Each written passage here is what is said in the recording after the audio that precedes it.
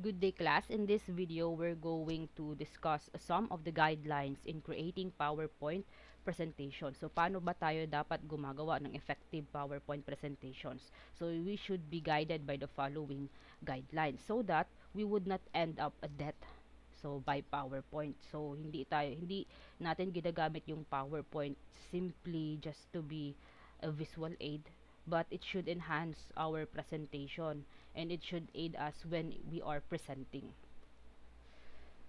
So for the PowerPoint slides, we need to highlight key points or reinforce what the facilitator is saying. So it should be short and to the point. So it should include only keywords and phrases for visual reinforcement. So hindi kayo dapat naglalagay ng sobrang daming information sa isang slide because it becomes too text heavy, mahirap na siyang basahin at intindihin ng estudyante. So, hindi mo na makukuha yung attention ng students or ng audiences ninyo. So, in order for your presentation to fit on most screens, text and images should be placed within the 95% of the PowerPoint slide.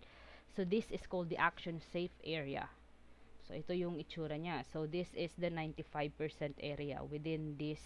If this is your screen, this is the 95% area because there are times wherein napuputol yung slide natin sa screen. So, you can refer to this sizes sa screen. So, 95%, the 90, and the 85%. For the layout, so layout continuity from frame to frame conveys a sense of completeness. So for example yan, so meron tayong headings, subheadings, and logos should show up in the same spot. So last time in evaluating a PowerPoint, we discussed consistency of your design. So if your heading, for example, is placed in the right side, let's say for example you have the logo of the university. If the logo of the university is placed on the right side of the screen, then throughout the presentation, ilagay nyo lang siya sa right side. Hindi yung gumagalaw yung logo nyo from this side, pumunta sa kabila, gumitna, gumilid, bumaba. So it should be, there should be consistency in the design. So the same spot in on each frame. So margins, fonts, font size, and color should be consistent with graphics located in the same general position on each frame. Lines, boxes, borders, and open spaces also should be consistent throughout. So this talks about the consistency of your design so that may continuity yung presentation niyo. Hindi yung hindi for example color blue yung design ko dito tapos nagkaroon ako bigla ng bonggang design sa next slide. So that distracts the flow of your presentation and as well as the attention of your audiences. For the font style, so font style should be readable. So recommended fonts, Arial, Tahoma, Verdana, those with simple design. So standardize the font throughout. So this presentation, for example, is in Tahoma. So if you use, for example, if you use Tahoma for your title headings, then throughout the presentation, make use of Tahoma as the font style of your title heading. And then if you use, for example, Veranda or Arial in your content body of the presentation, so you can also do that. So basta throughout the presentation, meron kayong uniformity and consistency of the fonts used. Okay, so avoid this type of fonts because these are not readable. So for example, ayan, yung may mga script type. So don't sacrifice readability for style. So although maganda siya, it's not readable. So don't sacrifice readability for this kind of font. So hindi rin maganda na lahat naka caps lock yung letter because naaagaw niya yung kailangan mong i-emphasize. Syempre, ganito din, yung color na ganito and this kind of font style. This is not an appropriate font style to be used for a presentation. For the font size, the larger the font size, the better. So, remember, your slide must be readable. So, even at the back of the room, especially kung malaki yung hall, hindi na lang siya classroom setting, mas malaking hall, dapat you need to make use of a larger font size. So for example, 40 point is a good title size, 32 is a good subtitle or bullet point size. Yan yung mga example natin. So content text should be no smaller than Veranda 24. So this is a font size that is in 24. So this kind of font size itong nasa ilalim, recommended siya. This is not recommended for the content, but you can use this as a footer or a header. So if you have a header or a footer, you can use smaller font size because those are just additional information that can be read by the audiences once you disseminated the presentation to the audience, but not in presenting inside the hall.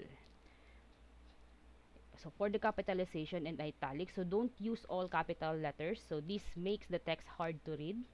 It conceals acronyms. So let's say for example, you would like to emphasize DENR or kaya BU or DOST, let's say for example. If all of the texts are capitalized, then the purpose of emphasizing the acronym would be defeated. So it denies their use for emphasis. Italics is used for quotes.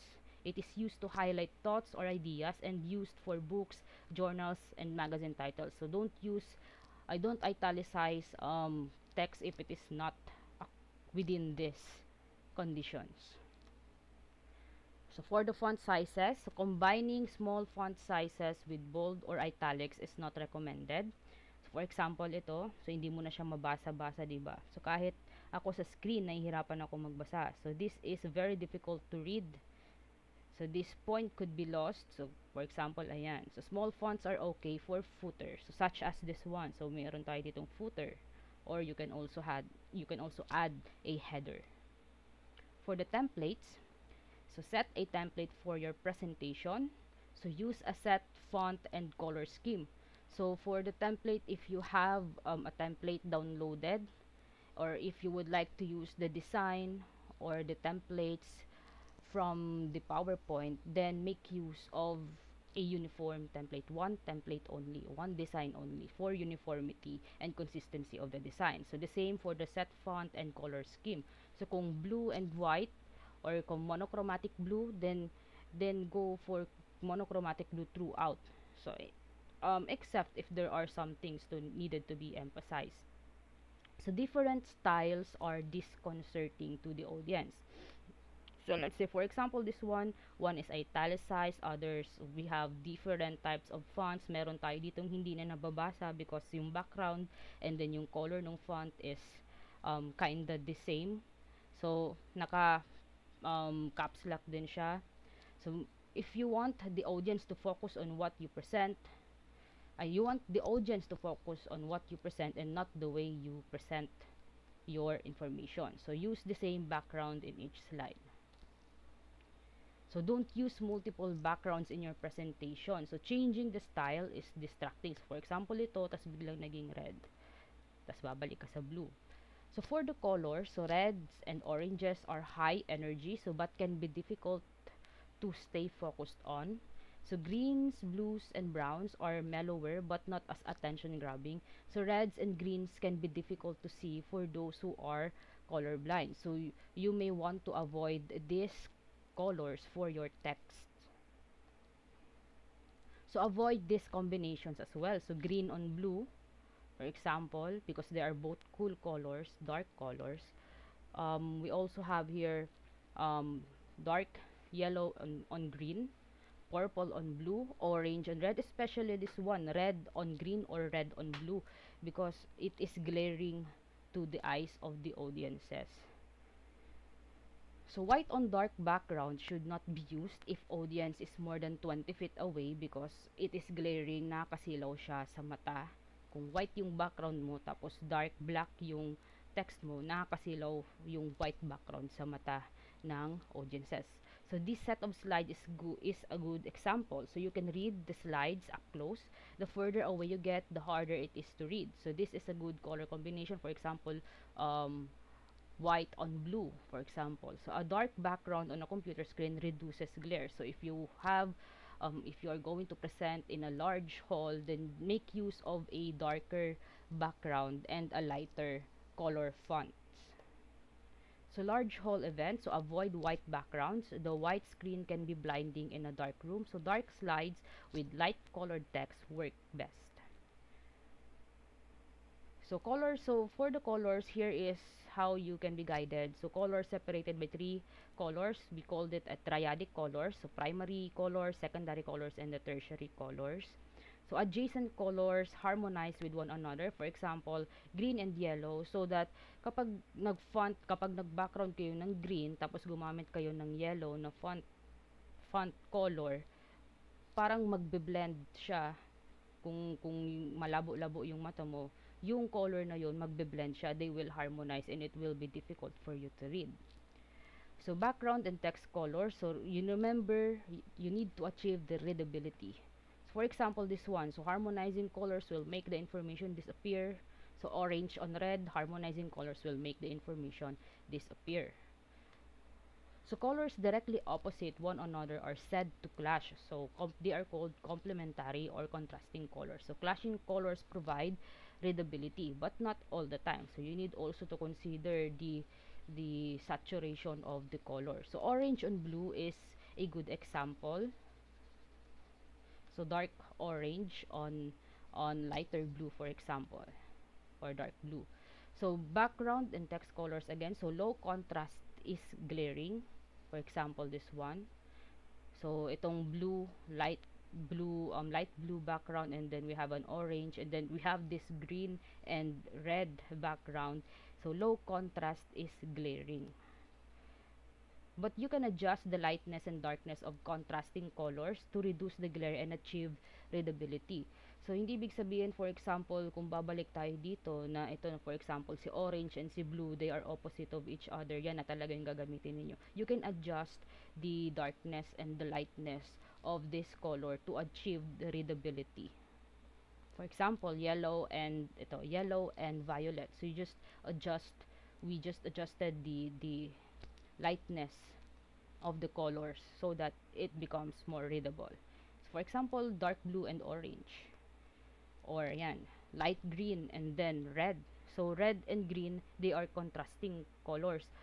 So however, if you adjust the lightness and the darkness of your color, then you can achieve the readability, unlike in our previous example wherein we have here a low contrast. So itong red and then dark green. So this is a good mix of colors, so readable, this one and this one, while the other two are bad mix of colors, so low contrast and unreadable. So avoid bright colors on white background.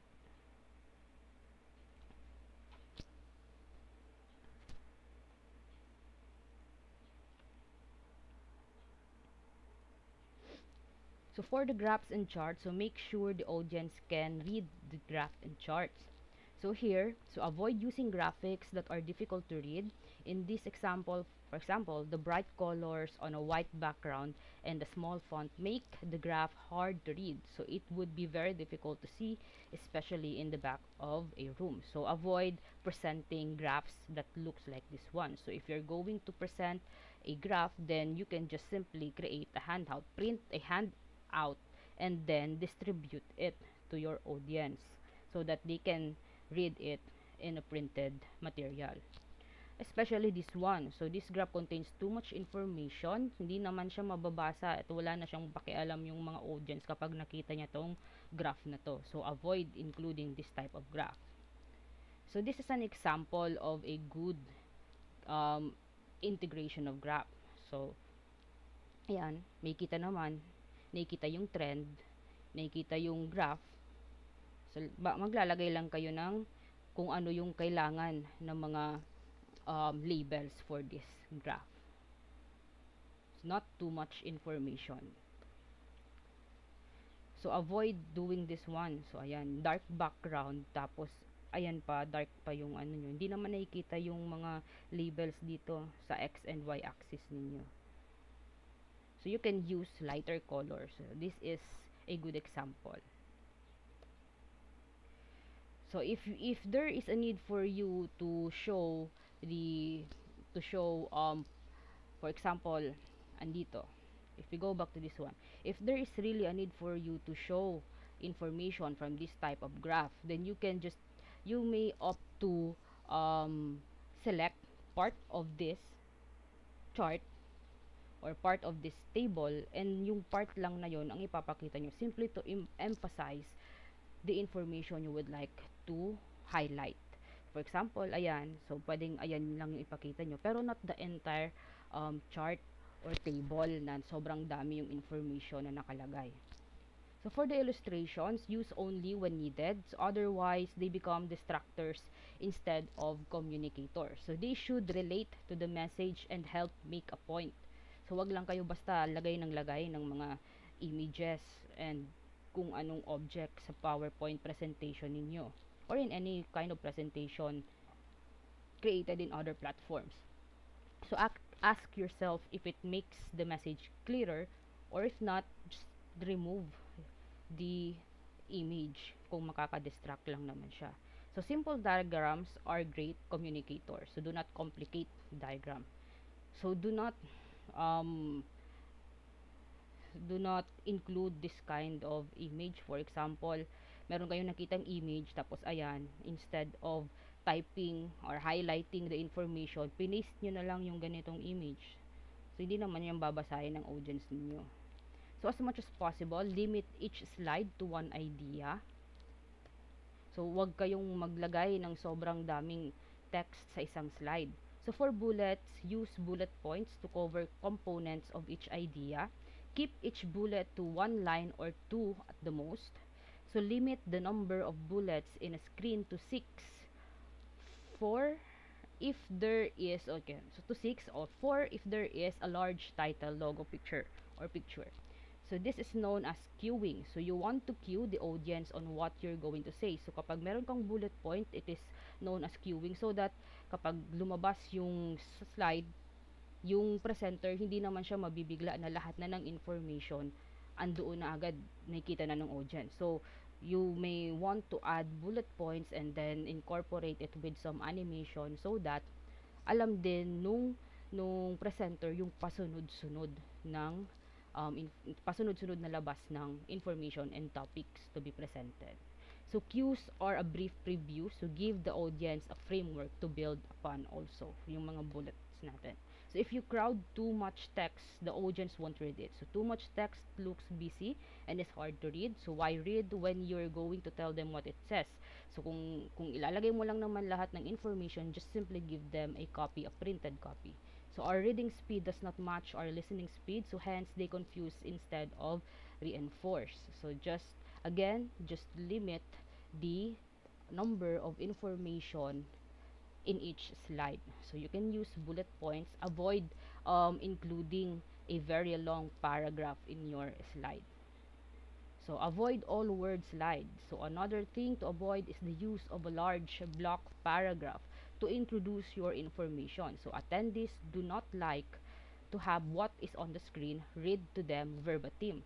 So please use short, bulleted statements and avoid typing out your whole presentation onto the slides. So also, it is difficult for some to listen and read a large amount of text at the same time.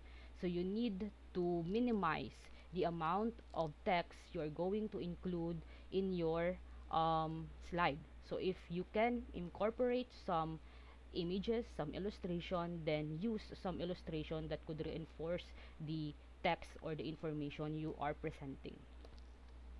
So for the animation, limit the animation. So using more than one can be very distracting. So for example, nag-boomerang na, nag-entrance na ng boomerang, nag-zoom effect pa, nag-shrink, tapos tumambling pa yung text. So it becomes distracting to the audience. So the audience will only see the animation and not the message you're trying to get across.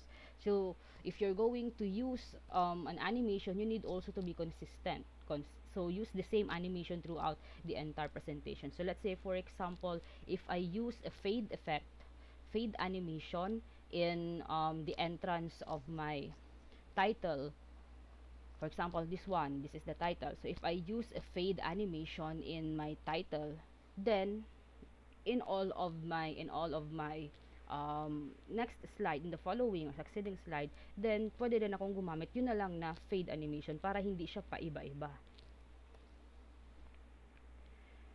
So you as the presenter, so do not use the media to hide you. So dapat ikaw pa rin yung center kasi ikaw nga yung nagpe-present, di ba? So the audience came to see you.